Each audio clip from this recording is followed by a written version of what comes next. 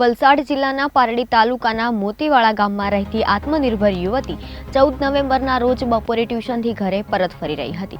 Railway track પાસે એક હવસખોરે યુવતીને ટાર્ગેટ કરી હતી અને ત્યાંથી પીછો કરીને આંબાવાડી નજીક યુવતી પહોંચતા યુવતીનું ગળું દબાવી હત્યા કરી હતી. તે કેસમાં વલસાડ જિલ્લાની પોલીસની ટીમે આરોપીને ઝડપી પાડવા માટે ભારે જહેમત ઉઠાવી હતી. જે દરમિયાન મોતીવાડા ગામના સરપંચે આરોપીને ઝડપી પાડનાર વ્યક્તિને 51,000ના ઇનામની જાહેરાત કરી હતી.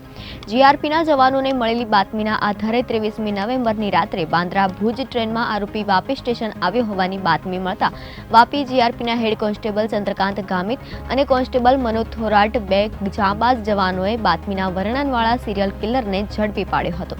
વલસાડ પોલીસની ટીમે સોંપ્યો હતો. આજે મોતીવાડા ગ્રામ પંચાયતના સરપંચ અને ગ્રામજનો દ્વારા વાપી જીઆરપીના બંને જવાનોને ₹51,000નું ઇનામ સુપ્રત કર્યું હતું. મોતીવાડા ગામ અને પારડી તાલુકાના અને વાપી તાલુકાના અગ્રણીઓએ બંને પોલીસ જવાનોને અભિનંદન પાઠવ્યા હતા.